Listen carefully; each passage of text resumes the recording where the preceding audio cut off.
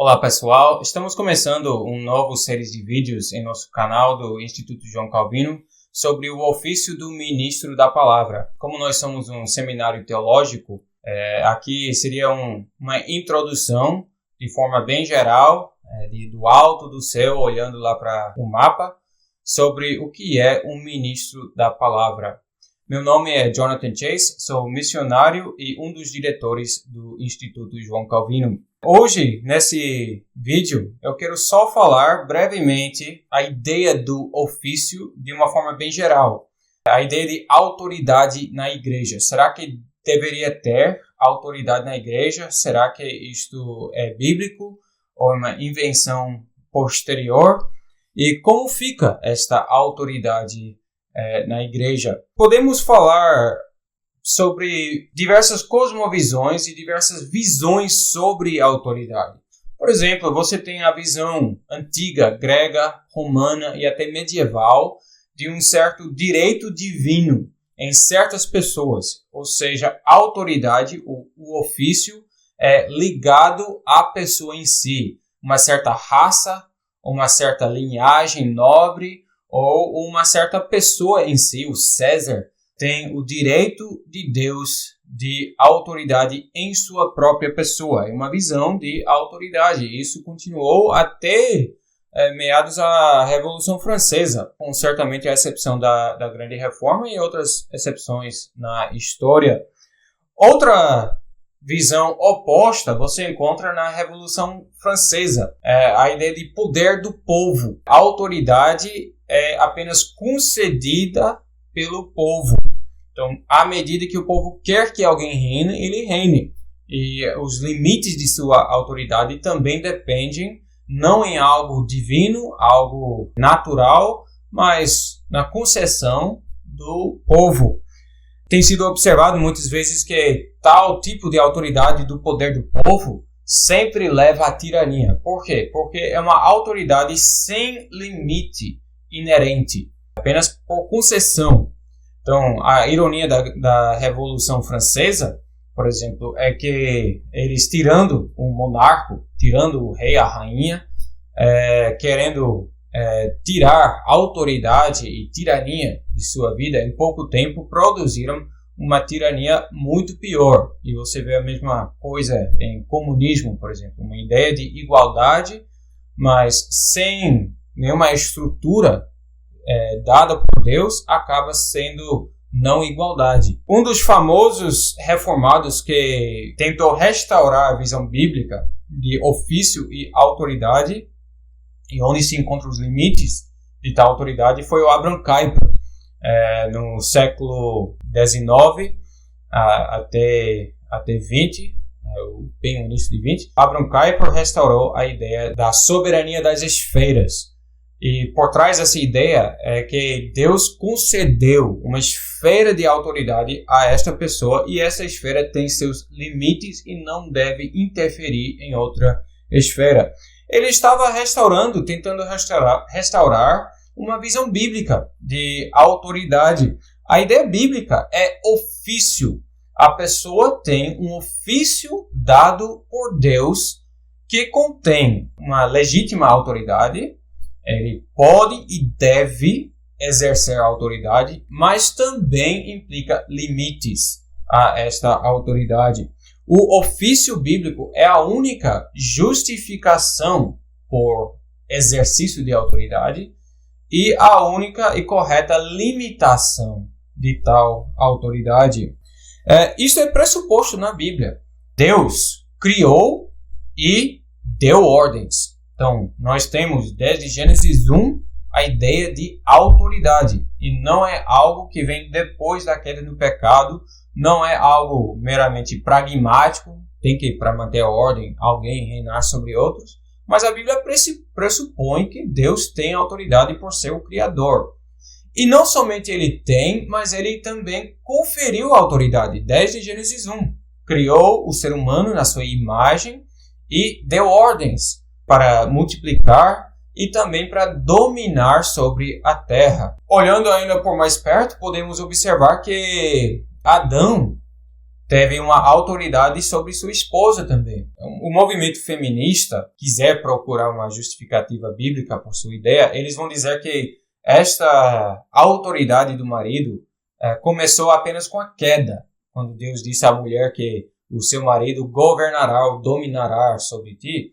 Mas podemos ver que a autoridade, o cabeça, a identidade do marido como cabeça é antes disso. Adão foi criado primeiro, Eva como auxiliadora idônea.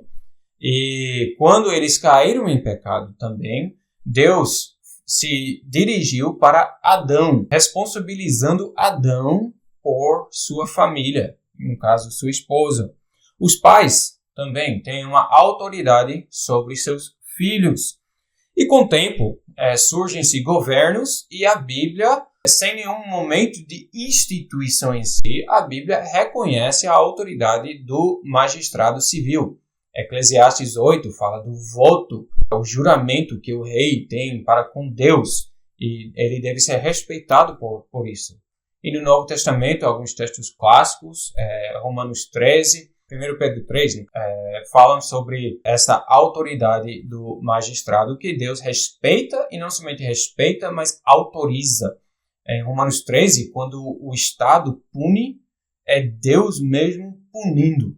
O malfeitor experimenta a ira de Deus, Paulo diz em Romanos 13, por meio da espada do governo. Então é um agente de Deus. Esta visão bíblica do ofício da autoridade tem certas implicações.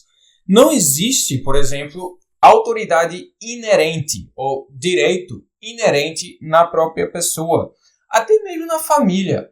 Os pais não têm uma autoridade inerente simplesmente por ser pais biológicos. No caso, se eles não cuidam do seu filho, o filho fica adotado por outra família, aquele que é pai biológico não tem autoridade sobre seu filho.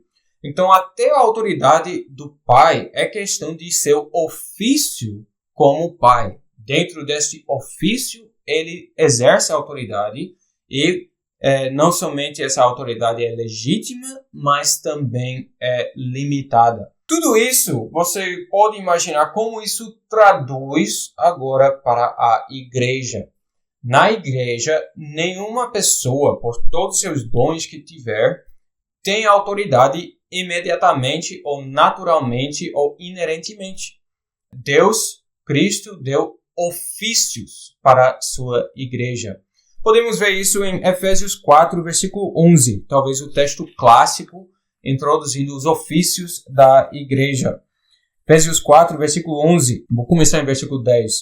Aquele que desceu é também o mesmo que subiu acima de todos os seus para encher todas as coisas, e ele mesmo concedeu uns para apóstolos, outros para profetas, outros para evangelistas e outros para pastores e mestres, com vistas ao aperfeiçoamento dos santos para o desempenho do seu serviço para a edificação do corpo de Cristo.